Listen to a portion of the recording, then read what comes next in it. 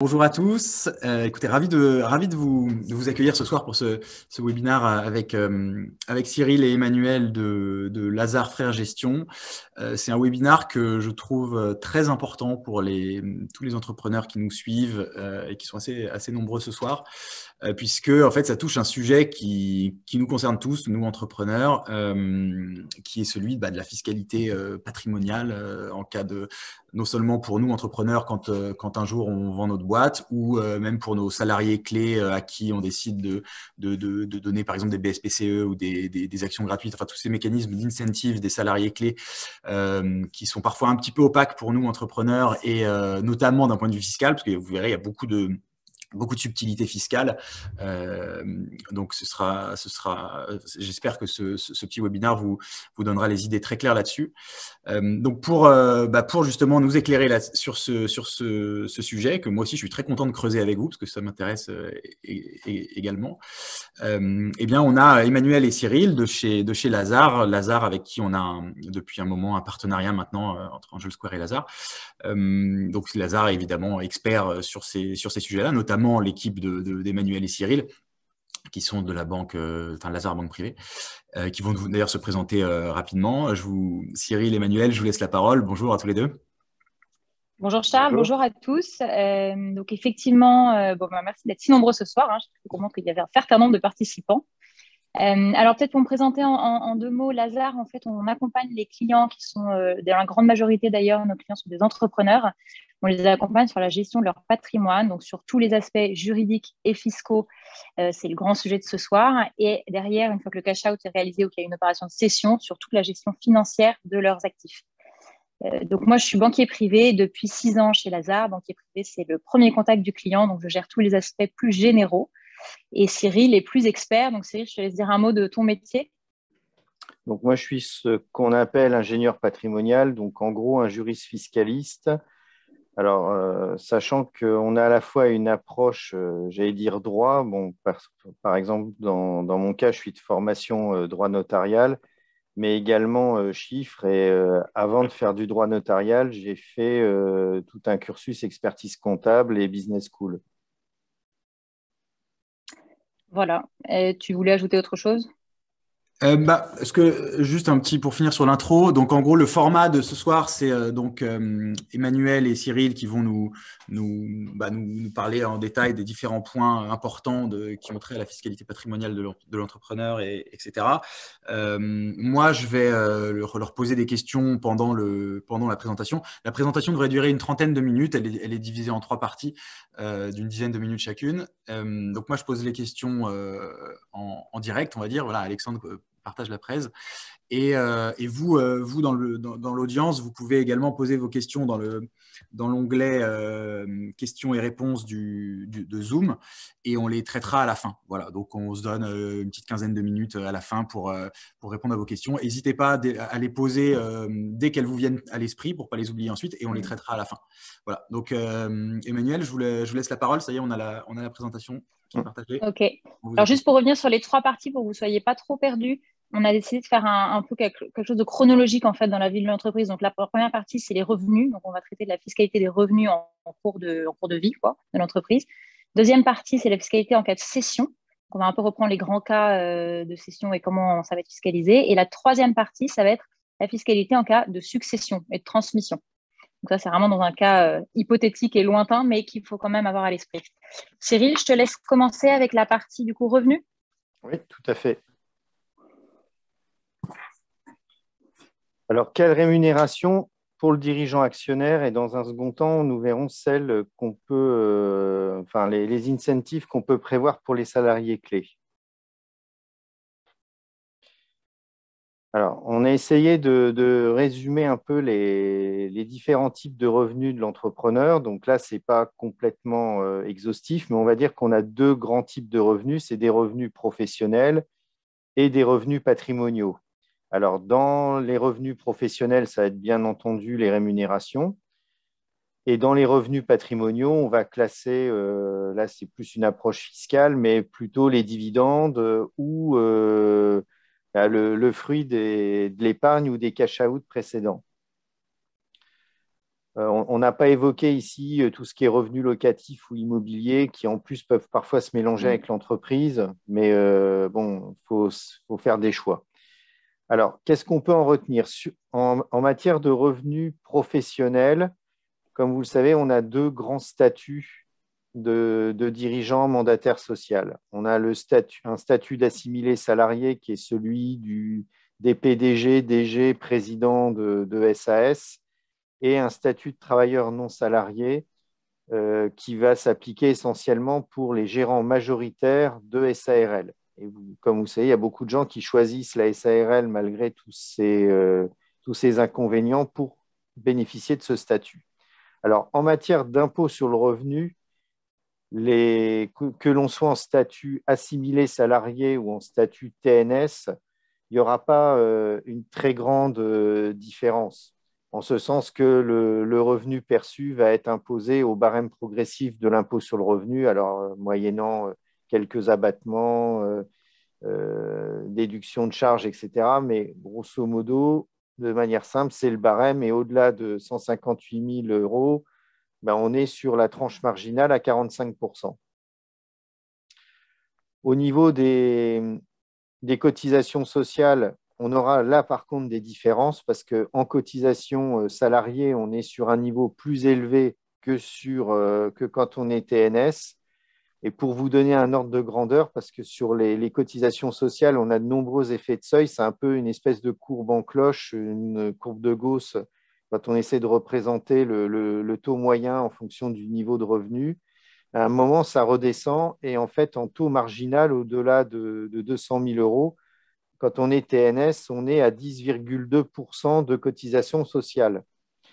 Alors, très souvent, on choisit le statut TNS parce qu'il est moins onéreux en termes de cotisation que le statut salarié. Alors, ces rémunérations, elles vont être perçues soit de la société opérationnelle et ou d'une société holding qui peut être animatrice ou non, voire on peut parfois avoir des dirigeants qui choisissent de ne pas se rémunérer. Mais alors, juste la rémunération par la société holding, comment ça marche? Ça veut dire que le dirigeant est payé par sa holding perso? Voilà, très souvent, ça peut. Alors, ça, on le rencontre plutôt dans les holdings animatrices. Donc, très souvent, la holding animatrice, c'est elle qui est présidente, par exemple, de la SAS opérationnelle. Ah oui, d'accord. Donc, soit elle facture des prestations de services, soit elle est carrément, j'allais dire, présidente. Et à ce moment-là, elle touche, elle, une rémunération en tant que personne morale. Et ensuite, la holding, elle, rémunère son dirigeant qui, en général, la représente dans la société opérationnelle. OK. Puisque, bon, la personne morale, il faut qu'elle soit représentée par une personne physique. Ouais. D'accord. Et juste la différence de cotisation sociale entre le statut salarié ou le statut TNS, en fait, elle est liée à quoi? C'est-à-dire qu'il y en a un qui cotise au chômage, c'est ça, et l'autre non? Ouais, alors c'est beaucoup de choses parce que c'est la simplicité française là-dessus. C'est-à-dire que bon, on n'a pas les mêmes assiettes, on n'a pas les mêmes taux. On a des systèmes aussi où on fait des moyennes entre les années avec des effets retard. Donc, c'est quand même pas simple à comparer. Et on a également, de l'autre côté, pas les mêmes prestations. Donc, comme tu le disais, on n'a pas le chômage. Les couvertures retraite ne sont pas les mêmes. Et on va dire que bon, c'est vraiment c'est approximatif, mais en fait, quasiment pour chaque profession, on a des niveaux de cotisation différents. Grosso modo, le statut TNS généralement coûte 30 à 40% moins cher en termes de cotisation. Et ça, c'est essentiellement lié au régime chômage, tu dis? Alors, il n'y a pas que chômage, il y a surtout les retraites, il y a également des couvertures d'assurance maladie. Et alors, très souvent, le TNS va revenir à une couverture plus ou moins équivalente par le biais de contrats privés, donc typiquement les fameux contrats Madelin. D'accord. Okay. Qui vont lui mixer une couverture à la fois retraite, une couverture complémentaire santé et parfois même une couverture décès invalidité. D'accord.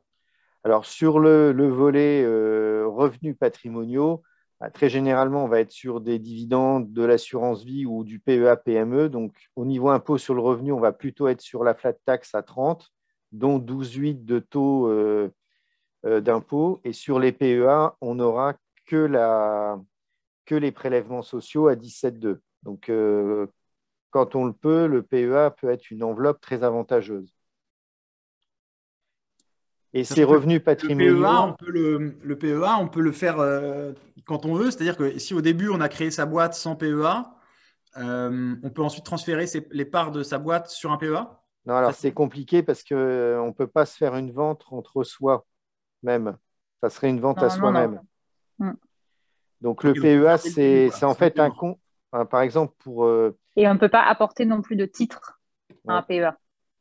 Ok, donc ça veut dire qu'il faut le faire dès le début, sinon… Il faut le faire dès le début et souscrire depuis le PEA. C'est-à-dire, il faut mettre du cash dans le PEA et ensuite acheter les titres ou les souscrire. Ah ouais, ok.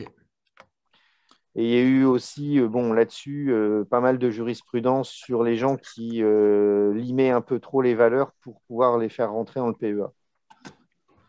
Ok.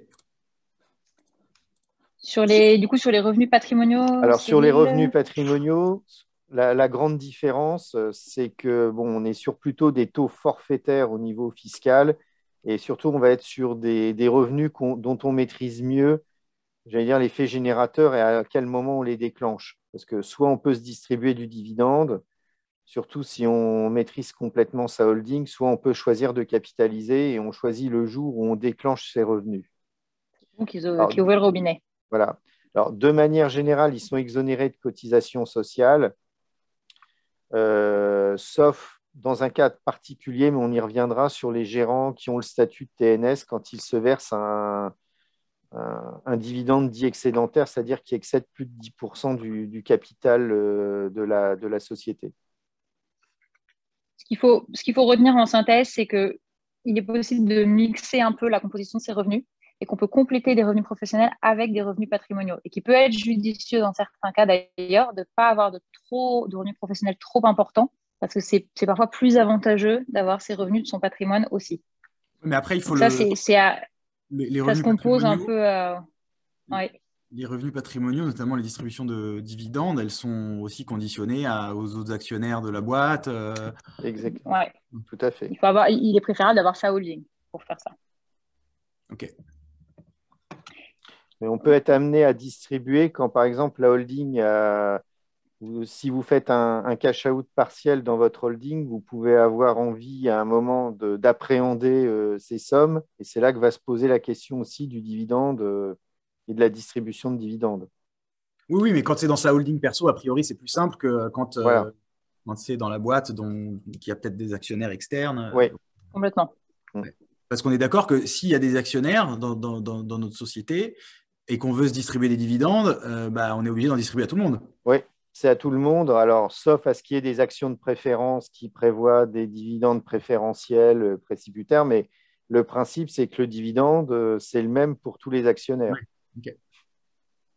Ok.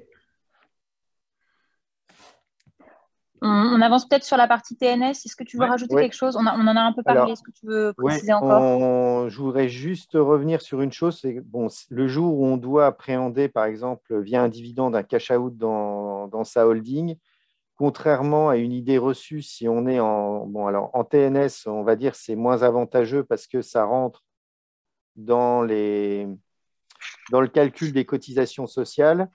Mais en fait, je vous passe toute la subtilité des calculs, des simulations dans tous les sens là-dessus. Ce n'est pas forcément vrai que c'est désavantageux par rapport au système, j'allais dire, plus classique qu'on a sur les dividendes avec la flat tax à 30, c'est-à-dire 12,8 d'impôts forfaitaires et 17,2 de prélèvements sociaux.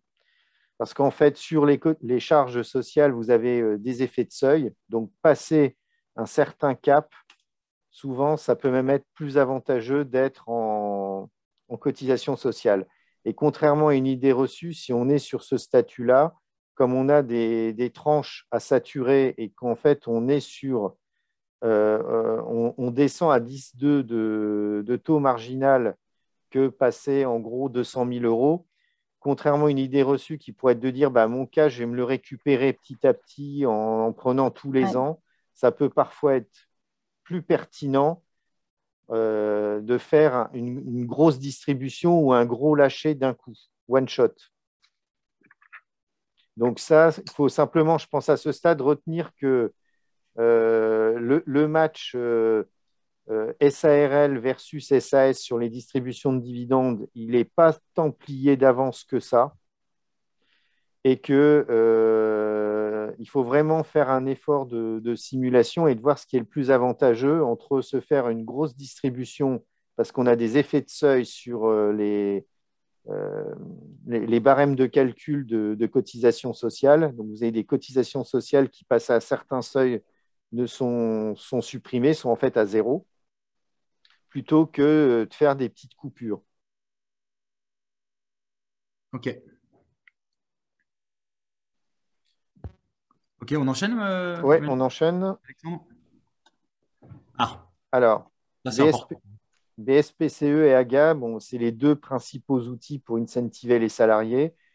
Ça permet, ça a à la fois une vertu que c'est des opérations qui sont bénéficiaires que si la société est successful et a créé de la valeur. Ça permet d'intéresser directement les personnes clés au succès de l'entreprise. Et en même temps, c'est une forme de rémunération variable qui, on va le voir, n'est pas soumise à cotisation sociale ou en tout cas à un statut social qui est beaucoup plus avantageux que peuvent l'être celui de bonus. Alors, les BSPCE, c'est du point de vue de l'entreprise probablement le plus avantageux parce que là, il n'y a pas la contribution patronale de 20% comme sur les AGA. En fait, c'est des formes de bons de souscription d'actions ou de stock option, puisque en fait, on reçoit le droit d'acquérir à un certain prix une action. Donc, oui, donc en fait, la plupart du temps, juste pour clarifier un peu, mais vu qu'il y a pas mal d'entrepreneurs start-upers dans l'audience, les BSPCE, c'est souvent un mécanisme qu'on donne à partir du moment où l'entreprise a grandi ou en tout cas a des projets de croissance, qu'on attribue à des employés clés. Et en gros, ça leur permettra le jour, si j'ai bien compris, Cyril et Emmanuel, coupez-moi si je me trompe, mais en gros, le BSPCE permet aux salariés le jour, ou enfin, plutôt la veille de la cession de l'entreprise, d'acheter des parts Exactement. à la valo du tout début, du jour où il a reçu ses BSPCE. Et ensuite de les revendre juste après, c'est ça? Voilà. Exactement. Okay. Et donc, il se pose quand même la question du financement, parce que le salarié, la personne qui a les BSPCE doit exercer. Faire une avance de trésor de 24 heures. Voilà. Ouais. Exactement. Donc, c'est ça l'inconvénient du BSPCE. Alors, il a un régime fiscal qui est quand même très intéressant parce qu'on est en flat tax à 30% aujourd'hui.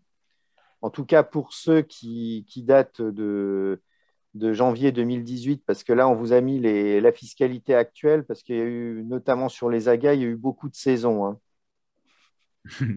Ouais, mais ça, on va pas revenir dans le détail. Mais on ne va pas rentrer dans le détail. Ça s'arracher les cheveux, là. Non, ce qui compte, c'est comment ça se passe aujourd'hui et puis surtout peut-être les ordres de grandeur. Mais alors, tu dis que c'est très avantageux, la flat tax à 30%. Pourtant, 30%, ça paraît quand même assez élevé. Mais 30%, bon, après, on va voir les AGA comment c'est traité. Hein.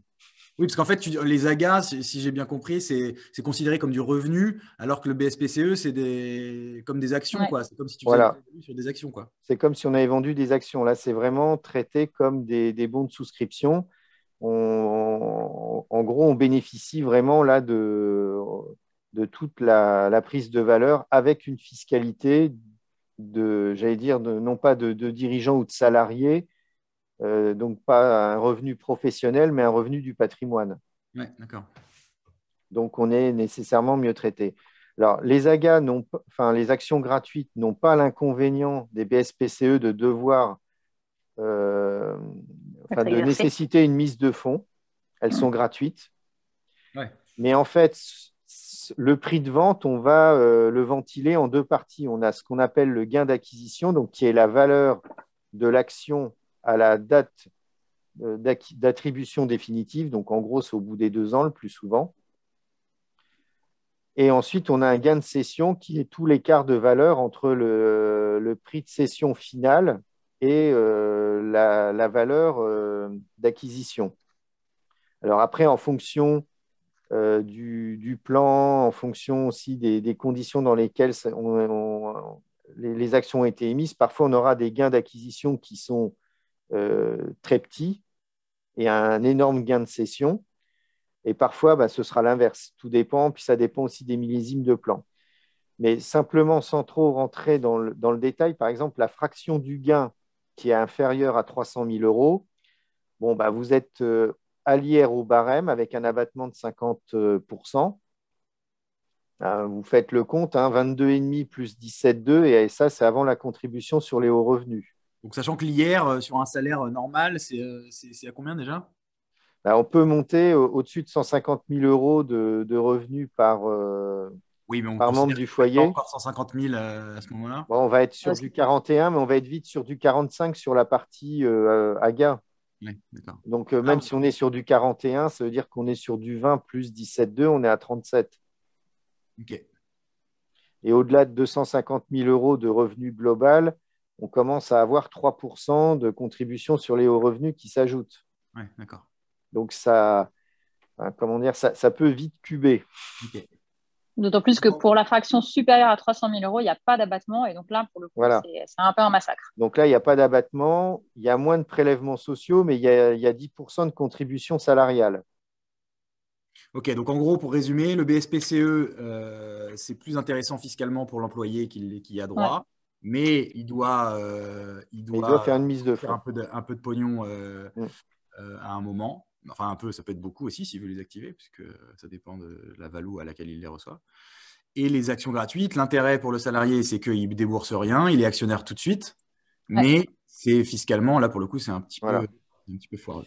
Alors, sur les actions gratuites, mais ça, on y reviendra, mais si le gain de cession est prépondérant, on peut se poser la question soit de faire des donations avant cession, on va y revenir plus tard.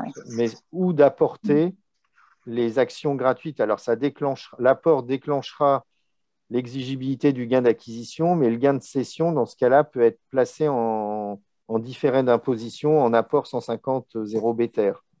Ça, on y reviendra d'ailleurs dans la partie on y reviendra, pour bien détailler le mécanisme. Juste là. Donc, je passe la parole à Emmanuel. Juste petit point, petit rappel pour les spectateurs. Vous pouvez poser vos questions dans l'onglet questions-réponses. N'hésitez pas, si vous en avez, on les traitera à la fin de la presse. Vas-y, Emmanuel, excuse-moi. Alors non, t'inquiète. Sur la deuxième partie, donc, on traite plus de la cession, donc de la partie où vous voulez vendre vos titres de votre entreprise. On fait d'abord alors tu peux avancer, Alexandre. D'abord, juste, on refait le cadre, le paysage général de la fiscalité de la cession. Il y a 3 cas de figure différents principaux. Enfin, ça, c'est ce qu'on a retenu. Et après, il y a peut-être d'autres cas qu'on n'a pas mis ici, mais c'est les principaux. Donc, normalement, vous devriez vous y retrouver. Donc, soit vous détenez vos titres en direct, et dans ces cas-là, votre plus-value, elle est imposée à la flat tax.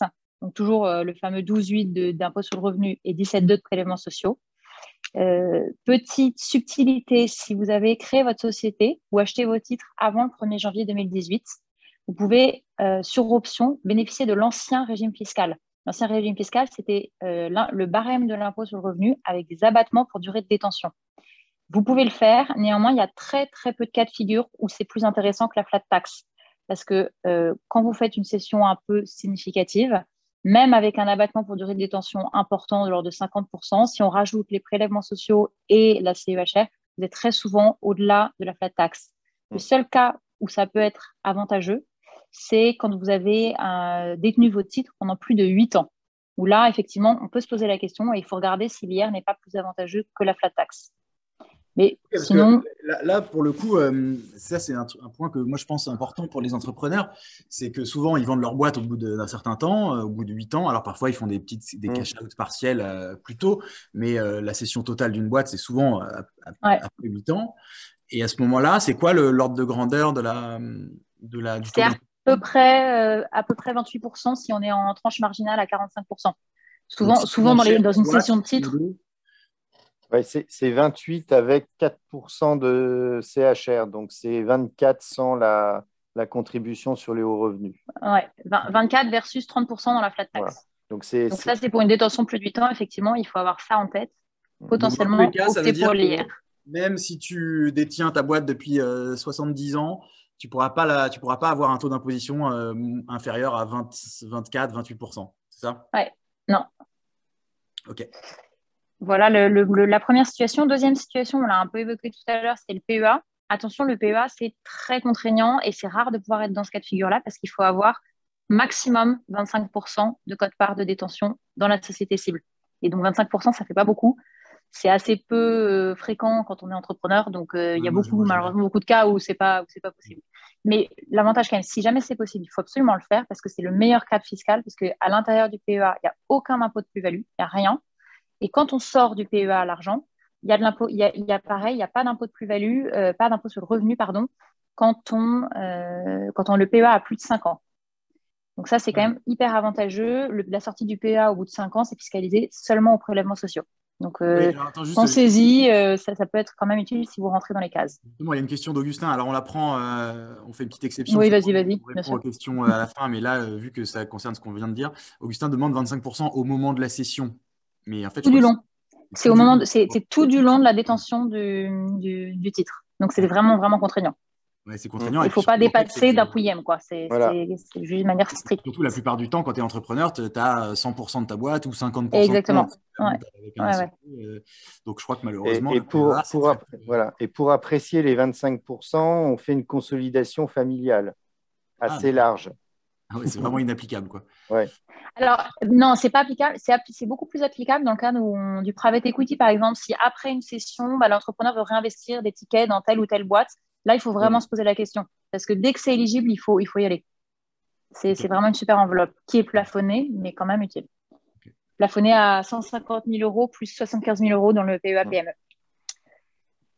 Voilà pour le PEA. Et alors, le cas beaucoup plus fréquent, beaucoup plus classique, c'est la holding. Si vous êtes dans une holding, à l'IS, toujours, il y a 2 cas de figure. Soit vous détenez vos titres depuis moins de 2 ans. Dans ces cas-là, c'est le taux d'impôt sur les sociétés au taux plein. Donc, aujourd'hui, c'est 26,5%.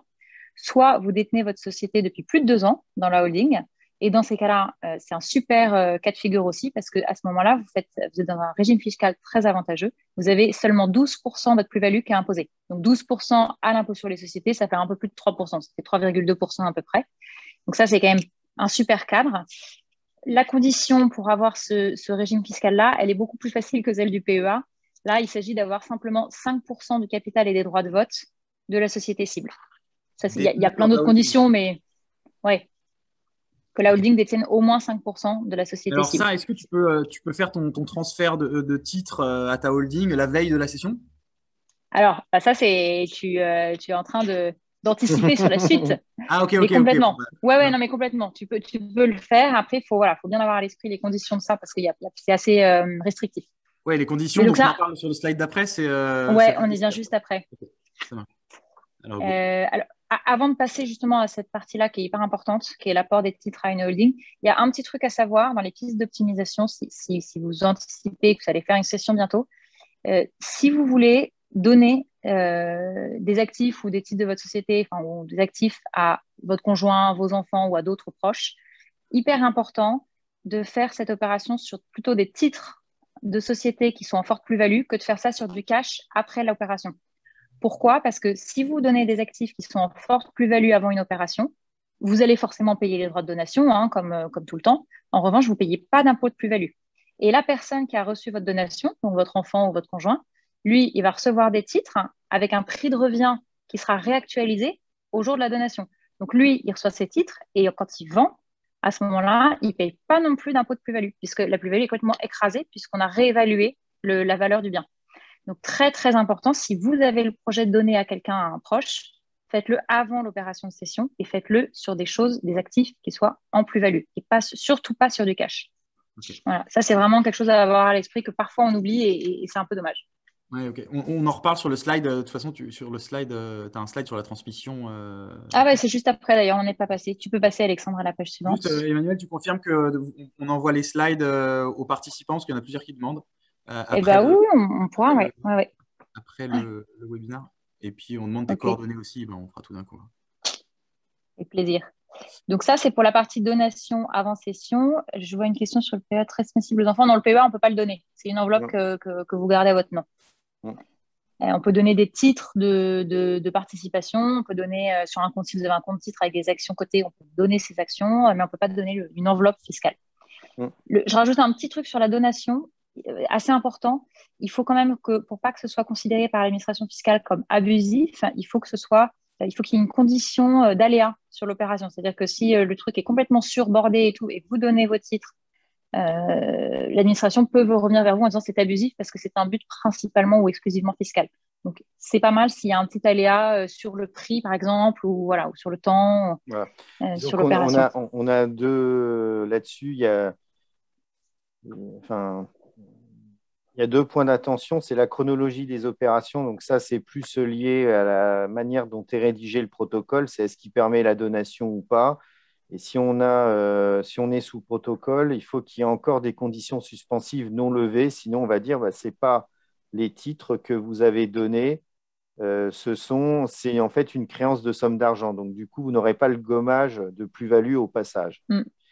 Et l'autre cas, l'intention libérale, il y a assez peu de jurisprudence là-dessus, mais les seuls cas qu'on a vus, c'était quand même des choses assez grossières du style, je pense, il y avait une affaire, la personne avait donné à ses enfants mineurs et puis avait oublié de leur ouvrir des comptes et avait encaissé sur son compte à lui le prix de cession.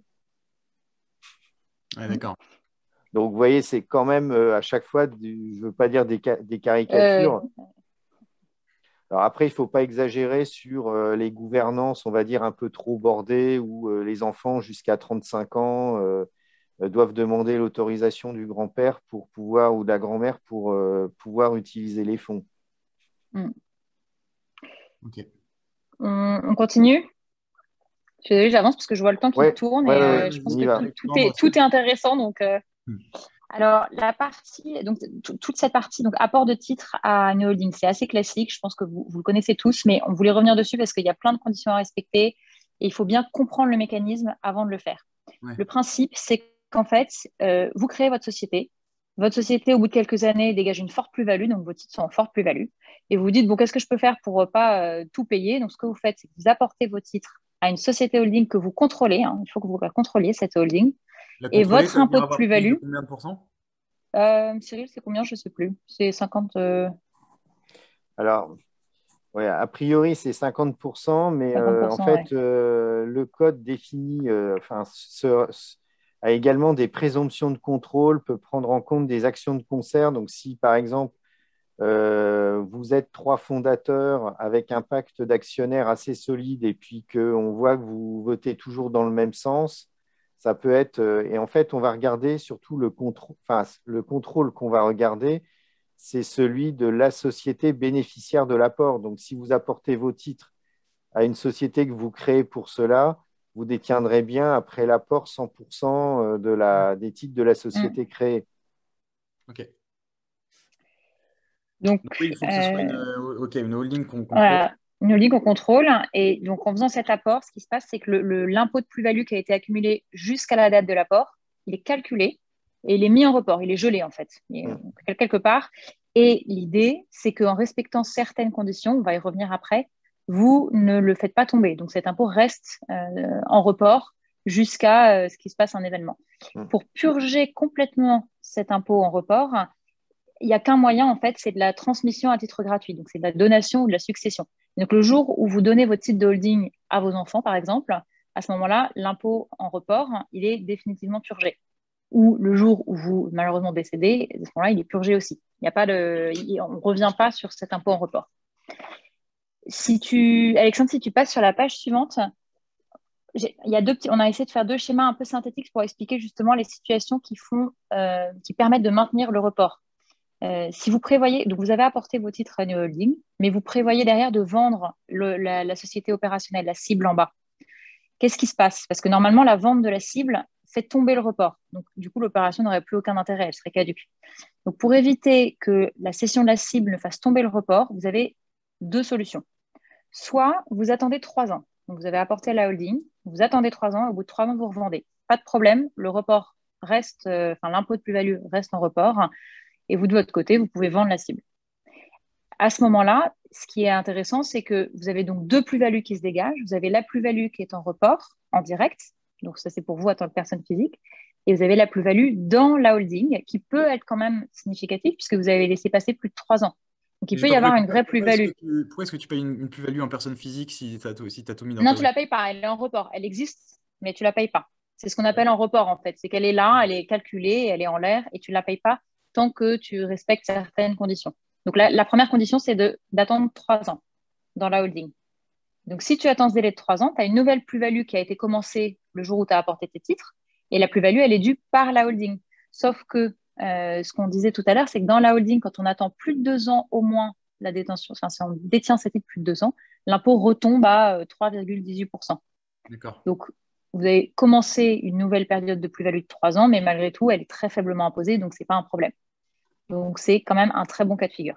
Et le deuxième exemple, enfin la deuxième situation assez courante, c'est vous faites ça, ce que tu disais tout à l'heure, Charles, vous faites ça juste avant la session. Donc là, ce qui se passe, c'est que vous créez votre société, vous faites vous générez de la plus-value importante, vous apportez les titres, hop, on met ça en report, et quelques jours après, vous vendez. Ce qui se passe, c'est que le report ne tombera pas si et seulement si vous réinvestissez 60% du produit de cession dans des activités éligibles. Et pour faire ça, vous avez 2 ans. Donc 2 ans, c'est assez long, mais en fait, on se rend compte en pratique que c'est pas si long. Nous, moi, j'ai beaucoup de cas d'entrepreneurs qui nous demandent, qui nous demandent des solutions clés en main pour du remploi parce qu'ils n'ont pas eu le temps de s'en occuper et que c'est quand même assez complexe. Oui. Parce que les activités éligibles, elles sont pas toutes simples. Il y a pas mal de contraintes. C'est quand même un cas qui est assez contraignant. Et 60%, surtout, c'est un montant qui est important. Donc ça, c'est quand même une contrainte qui est importante. En 2 ans, en plus, ça te pousse potentiellement à faire des bêtises, des investissements forts. Ouais. Il y a pas mal effectivement de cas où on a des clients qui… Si au bout de 2 ans, tu investis 55% au lieu de 60%, c'est mort, quoi. Enfin, tu te fais imposer. Ouais. En fait, 59%, c'est comme si c'était 0. Ouais, okay. J'exagère un peu, mais… Et alors, c'est quoi les activités éligibles? Je sais qu'il y a les startups, puisque nous, on va passer toute la journée. Mais alors, c'est plutôt, quand on dit activité éligible, c'est pas tant on ne parle pas de secteur, on ne parle pas d'activité, en fait. On va plutôt parler de forme d'investissement. Donc, dans les formes d'investissement, soit tu mets des moyens directement dans une exploitation, une activité, quoi. Donc là, tu mets vraiment directement du cash dans une activité que tu gères. Ou alors, tu fais une acquisition de titres de société. Donc, si tu achètes une société, dans ces cas-là, attention, il faut que tu en aies le contrôle. Donc là, on revient toujours à cette notion de contrôle. Très important. Ou alors, troisième cas de figure, tu vas souscrire au capital. Donc, tu fais une augmentation de capital ou alors tu souscris au capital initial d'une holding qui elle-même investit dans de l'opérationnel. C'est un peu les 3 grands cas de figure. Tu peux aussi investir en direct dans une boîte. Ouais, ça, c'est le premier cas. Ouais. Ah oui, ok, pardon. Ouais, okay. Ça, non, c'est le 3e cas, Emmanuel. Société, souscription au capital. Si c'est dans une… Oui, ouais. Là, l'exploitation, c'est-à-dire que c'est la holding qui redéploie elle-même une activité. Ok, donc c'est en gros l'entrepreneur qui relance une boîte. Ouais. Alors, c'est pas la modalité qui est souvent qui est privilégiée. Ah oui, parce qu'il a envie de partir en vacances, le mec. Ouais. Alors, même s'il recrée une boîte, souvent on préfère passer par une souscription au capital et le loger dans une filiale parce qu'on a, en fait, pour des raisons techniques, c'est difficile d'apprécier quel est le montant réinvesti parce que quand on lit les instructions fiscales, on a l'impression qu'on tient compte que des immobilisations. Et on a aussi quand même du BFR à financer et on peut avoir aussi des choses qui sont où l'investissement se fait progressivement. Donc, parfois, on préfère avoir un business plan et bien doter une filiale qui va déployer progressivement. OK. Mais donc, j'imagine que la solution la plus fréquente, c'est quand même l'investissement dans des boîtes, non? Oui. Alors, c'est un peu de tout. Hein. Souvent, on peut avoir des personnes qui veulent redéployer une nouvelle activité, donc ils vont créer une filiale et puis ils vont éventuellement compléter en prenant des tickets dans des startups. Ou voire dans des fonds. Voire dans des fonds, c'est ce que j'allais ajouter. Alors non, en bourse, non. Les fonds, c'est des trucs c'est des véhicules d'investissement qui sont hyper contrôlés. C'est des FPCI principalement. Donc les fonds, ça marche, mais c'est très contraignant. Et je sais que nous, parfois, en général, quand nos clients nous demandent ça, c'est qu'ils sont vraiment pris par le temps et qu'ils n'ont pas eu le temps de faire mieux, entre guillemets. Mais il y a des fonds qui fonctionnent. Il y a des fonds dans l'immobilier qui fonctionnent quand quand l'immobilier n'est pas seulement du marchand de biens, quand il y a vraiment une activité commerciale qui est associée à l'activité immobilière. Ça peut fonctionner. Donc, l'hôtellerie, par exemple, c'est assez prisé pour leur emploi. Ok. Parce que c'est un actif que les entrepreneurs aiment bien, parce qu'une fois qu'ils ont fait en fait leur risque sur leur entreprise, ils sont contents voilà, de pouvoir réinvestir sur des choses un peu moins risquées. Et dans ces cas-là, l'hôtellerie permet d'associer une activité commerciale au fait de détenir de l'immobilier. Donc voilà, il y a beaucoup de sociétés qui font ça, qui font les fonds de remploi. Alors, il faut être également très attentif aux obligations déclaratives parce que là, j'ai vu quelques cas de redressement où la personne avait bien rempli son contrat de 60%. Mais en fait, c'est la société holding qui a bénéficié de l'apport qui doit prendre l'engagement de remployer 60% du prix de cession. Et en gros, si les cases ne sont pas cochées ou s'il y a pas si on ne joint pas l'alias fiscal, les déclarations qui vont bien, et à ce moment-là, on peut très bien avoir une contestation en disant bah, vous n'avez pas pris l'engagement de réinvestir. Donc, implicitement, vous avez choisi de payer votre plus-value en report. Ouais, d'accord. Et C'est simple. voilà. Donc, il faut être, sur tout ce genre de régime, il faut être très méticuleux sur les obligations déclaratives parce que souvent, le diable est dans les détails. Il ne suffit pas de bien faire, il faut aussi le faire savoir. D'accord. Alors, quel statut juridique pour la holding? Vous allez être étonné qu'on vous parle de société civile, mais très souvent, quand on fait ce genre de holding, surtout si on est un peu à délai court, voire carrément à la bourre, ben, on va créer une société civile parce que dans la société civile, on peut faire un apport sans passer par un commissaire aux apports. Donc, ça permet, on va dire, de faire une création ex nihilo très vite. Et ensuite, on va basculer le plus souvent sur une société de type commercial pour pouvoir faire un peu tout type d'activité, faire de la prestation de services. Et à ce moment-là, dans un second temps, on va transformer la société civile soit en SARL. Et en général, quand on va sur la SARL, c'est essentiellement parce qu'on veut le statut TNS, travailleur non salarié, soit en SAS. Et la SAS, bon, comme vous le savez, c'est un outil extrêmement puissant en termes de souplesse statutaire, de liberté contractuelle. On va pouvoir organiser des actions de préférence, une gouvernance qui soit même déconnectée de l'avoir, vraiment dissocier avoir et pouvoir. Bon, enfin, là-dessus, la SAS, c'est un outil extrêmement puissant. Et si après, on rajoute par là-dessus du démembrement de propriété sur les actions, dans une SAS, on va pouvoir vraiment configurer comme on le souhaite. Enfin, en tout cas, on a une très grande marge de manœuvre sur les pouvoirs respectifs de l'usufruitier et du nu propriétaire. Ce qu'on Et n'aura pas. d'expérience, c'est effectivement le véhicule qui est souvent préféré pour la holding Ouais. d'entrepreneurs. On Ok. voit beaucoup, beaucoup de SAS. SAS plutôt, très bien. Ouais, Ah, la famille. voilà. Là, Alors on là, arrive au dernier thème. Du coup, là, Cyril, je vais te le laisser plus en parler aussi. réjouissant, Le décès. le Ouais, décès. on va être obligé de vous parler de Vraiment malheur, là. décès, un peu. Alors, ce qu'on a voulu ici vous représenter, c'est une manière un peu synthétique parce qu'on se pose souvent la question de la fiscalité, mais avant de se poser la question de la fiscalité, il faut déjà savoir qui hérite en fonction de sa situation familiale, parce que là, on va se placer dans le cas où la personne n'a rien prévu, elle n'a pas rédigé de testament. Donc, qu'est-ce qui se passe? Alors, on a distingué deux situations, c'est est-ce qu'on a ou pas des enfants? Parce que ça, on va dire, c'est quand même le premier bloc structurant, parce que ça va déterminer surtout si on a des réservataires. Alors, les réservataires, c'est en fait c'est des héritiers qui ont droit à une part incompressible. Alors, en droit, aujourd'hui, il en reste 2 ou 2,5. Alors, quand je dis 2,5, pourquoi? Parce que on a bien entendu les enfants qui sont réservataires. Hein. On a eu suffisamment d'affaires dans les médias sur la réserve héréditaire française versus des conceptions anglo-saxonnes différentes. on a également le conjoint, mais contrairement par exemple à nos voisins belges, le conjoint n'est réservataire que s'il n'y a pas de descendants. Et les parents, donc les pères et mères, eux, ne sont pas réservataires, mais ils ont un droit de retour légal sur ce qu'ils ont donné. Donc, en cas de décès de leur enfant, alors sachant que ce droit de retour, en général, il est prévu dans les donations parce que c'est une clause de style des donations notariées. Mais en tout cas, ce sont, en dehors de cette masse-là, hein, qui est surtout, le conjoint, il a droit à 25%, le reste, on peut le flécher via un testament comme on veut.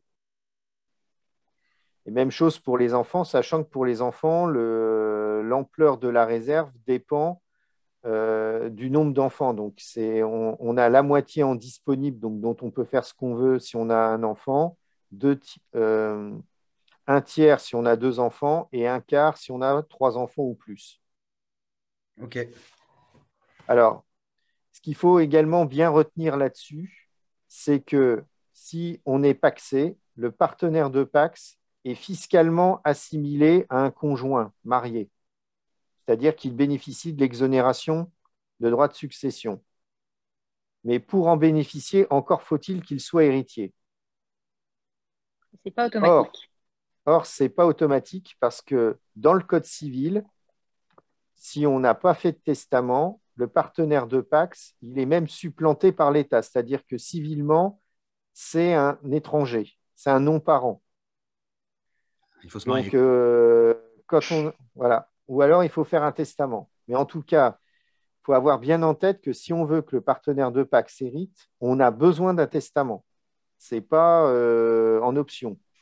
Okay. Ou alors, c'est qu'on ne veut pas qu'il hérite, ce qui est un choix tout à fait possible et légitime. Mais en tout cas, il n'y a pas de rattrapage par le biais du Code civil. OK. Alors, comme vous le voyez, si on n'a pas d'enfant, c'est le conjoint qui hérite sous réserve du père pour 25% et de la mère pour 25%. Je ne savais pas que c'était que les parents héritaient en cas de décès d'un de leurs enfants. Et avant, ils étaient même réservataires. Avant la loi de 2006, ils étaient réservataires. Et ils passaient bien avant le conjoint. Le conjoint, il a commencé à être héritier qu'en 58. OK. De mémoire. Enfin, c'est dans ces eaux-là. Et ça vous montre l'évolution qu'on a eue depuis le Code Napoléon de 1804 là-dessus. Ouais, c'est marrant. OK. Le conjoint passait après les parents au 12e degré. Alors, vous vous amuserez si vous voulez essayer de retrouver vos parents au 12e degré, mais il faut remonter de 6, redescendre de 6. Oui, allez, ouais. Et j'ajoute que si on n'a pas d'enfant et pas de conjoint, ou qu'on n'a pas mis son partenaire de Pacs dans le testament, à ce moment-là, c'était le père et la mère et les frères et sœurs. Voilà. Et si on est et si eux renoncent ou ne sont pas là, après ça va sur les cousins et à défaut c'est l'État. C'est une succession vacante. OK. C'est ça les fameux comptes en banque avec plein d'argent dessus que l'État finit par récupérer parce qu'ils ne sont pas réclamés au bout d'un certain temps, c'est ça? Ça peut être ça ou ça peut être qu'en fait on ne les a pas découverts parce que quand on a fait les inventaires, on regardait dans les papiers, on n'a rien trouvé. Ouais. OK. Alors là, on vous a juste mis, on ne va pas passer beaucoup de temps, je pense, là-dessus, les tarifs, mais vous voyez au-dessus de 1,8 million en ligne directe, donc parents-enfants, au-delà de l'abattement de 100 000, en gros, à 1,9 million, on est à 45%. Ah et ouais. on est à 30% au-dessus, si je prends en compte l'abattement, au-dessus de 650 000 euros. Donc, sur une valeur de participation dans une entreprise, bon, alors on peut avoir les pactes Dutreil qui permettent d'avoir une réduction de 75%, mais il faut prendre des engagements de conservation. Enfin, ça demande toute une organisation. Il faut conserver les titres 6 ans. On est quand même sur des taux élevés. Ah oui. Avec une toute petite nuance, c'est quand même qu'il faut vraiment ça aussi l'avoir à l'esprit, c'est que la progressivité du barème et les abattements se renouvellent tous les 15 ans. Donc en fait, c'est pour ça souvent on conseille quand même à nos clients d'anticiper la transmission. Parce que au bout de 15 ans, tout revient à zéro. Donc c'est quand même pas neutre comme impact. OK. Et d'utiliser le démembrement de propriété. Alors, oui, mais donc concrètement, ça veut dire qu'il faut tu peux donner des parts de ta boîte à ton enfant? Ouais. sans être mort. Ah si, non, oui, non, si, tu peux donner des parts de ta boîte à des enfants, alors que ta boîte est Ouais, encore active et que toi aussi, tu es potentiellement. Ouais. complètement. Ça pose aucun problème. Et ça, c'est au niveau des pactes d'actionnaires, ça pose pas des problèmes, parce que si ça se trouve, il y a des pactes qui disent qu'en cas de Ouais, décès d'un alors tout à fait, c'est- parce qu'il y a des pactes qui n'aiment pas qu'on ait des enfants mineurs où il faut des autorisations. Donc, on y reviendra, on peut remédier à ça via des tiers administrateurs, mais on va dire que ce n'est pas très bankable dans les pactes d'actionnaires d'avoir des enfants mineurs. Donc, autant ça, je pense que c'est plus à faire sur des titres de holding, Ouais. entre guillemets, familial, ou en tout cas où on ne fait pas intervenir des fonds et autres. Ok. Et où on gère ça, j'allais dire, en famille. Ouais. Alors, qu'est-ce qu'on peut faire pour aménager? Parce que à la fois, on peut avoir le souci de protéger sa famille, mais en même temps aussi de protéger son entreprise et d'éviter que et les deux blocs peuvent avoir des intérêts divergents, parce que les droits sont à payer dans les 6 mois, hein, sauf à bénéficier de certains mécanismes, mais qui sont pas quand même assez complexes. Mais en gros, le principe, c'est quand même dans les 6 mois, on doit payer. Et quand on commence à être sur des taux à 30 ou 40%, ce n'est pas des petites sommes en jeu. Alors, ce qu'on peut faire, c'est rédiger un testament, déjà pour au moins pouvoir flécher éventuellement, déjà pour rendre le partenaire de pacte, si on le souhaite, héritier, sachant que lui, en plus, est exonéré. Donc, même en faisant du démembrement de propriété, toute la valeur de l'usufruit peut être exonérée. Ou ça peut être pour attribuer un bien ou une certaine catégorie de biens à une personne identifiée.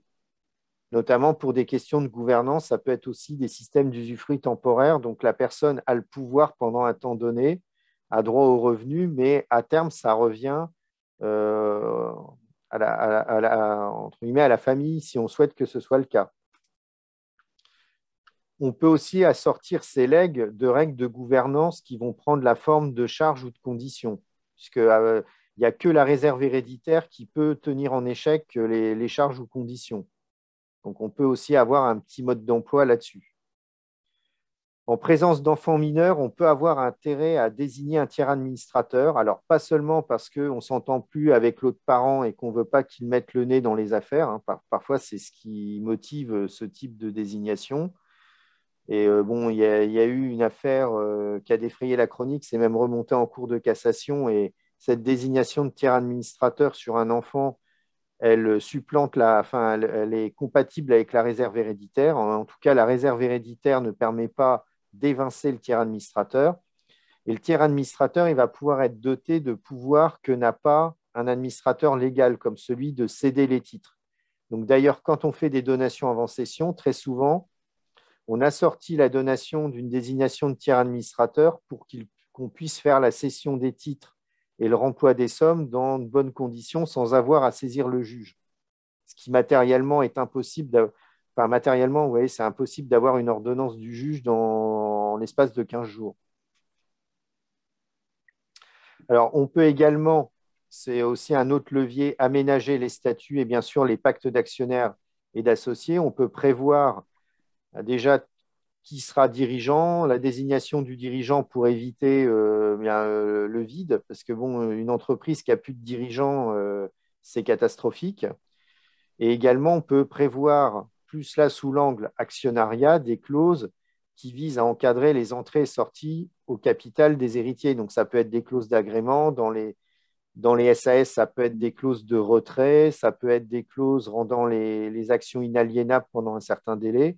En tout cas, c'est tout un corpus de règles qui vont pouvoir éviter enfin, d'organiser la chose pour préserver les intérêts légitimes des deux parties et éviter que l'entreprise souffre de manière, j'allais dire, supplémentaire et inutilement gratuite de la disparition d'une personne clé. Alors, ça peut être aussi de prendre des dispositions financières, à la fois au niveau de l'entreprise par des assurances dites personnes clés ou hommes clés, pour désintéresser, enfin, pour que la société ait du cash, puisse faire face à la situation, qu'elle n'ait pas un problème de crédit ou de trésorerie, Également, ce cash peut très bien aussi servir à désintéresser en partie les héritiers. Et le dirigeant peut également avoir une prévoyance décès à titre personnel qui permettra à ses héritiers de disposer de sommes leur permettant de payer au moins une bonne partie des droits de succession. Puisqu'à ce moment-là, si on finance les droits de succession des héritiers, on peut, en contrepartie, notamment via un testament ou un pacte, leur demander de ne pas sortir tout de suite, de faire les choses de manière progressive et ordonnée. Et enfin, il faut également se prémunir contre l'incapacité temporaire. Donc, qu'est-ce qui se passe si on est dans le coma ou on a eu un accident ou même on a eu le cas malheureusement ces derniers temps avec la Covid où on pouvait avoir des gens qui étaient en réanimation et en coma artificiel et qui donc ne pouvaient plus matériellement voter. Donc, un mandataire de protection future on pourrait très bien imaginer dans ce cas-là d'activer un mandat de protection future qui prévoirait comment on exerce les prérogatives de vote ou qui tiendrait le bulletin de vote aux assemblées d'associés. On a fini. On va peut-être vous laisser, si c'était quand même pas… Ok. Ouais, c'était assez dense. Je suis désolé, c'était dense, c'est peut-être un peu assommoir, mais bon. Non, mais je crois qu'on a fait un bon tour déjà. Il y a quelques questions, là, on a pris plus de temps que prévu. Il y a quelques questions, je crois notamment sur les histoires de PEA, de holding, etc. Alors, il y a Gaspard qui nous demande, peut-on cumuler une détention via PEA inférieure à 25% en propre et détention via holding, exemple SASU, et ainsi bénéficier en cas de cession des deux modèles? Alors, on peut, mais par contre, globalement, on doit être inférieur à 25% de détention parce qu'on va on va consolider aussi bien ce qu'il y a dans le bloc familial, mais également dans des sociétés. Et il y a pas mal de jurisprudence là-dessus sur des détentions indirectes. Et il suffit de dépasser une fraction de seconde. On apprécie au global, c'est pas possible. Voilà. Jacques qui demande, est-il possible de mettre les titres de sa holding dans un PEA au moment de la création, au moment de sa création, c'est vrai, de la création de sa holding, j'imagine. La holding peut racheter en PE. Non, pardon, je dis peut-être n'importe quoi. Alors, c'est-à-dire qu'on peut dans un premier temps, on dote le PEA de cash où il y a déjà du cash dedans et via le PEA, on va souscrire au capital de la holding.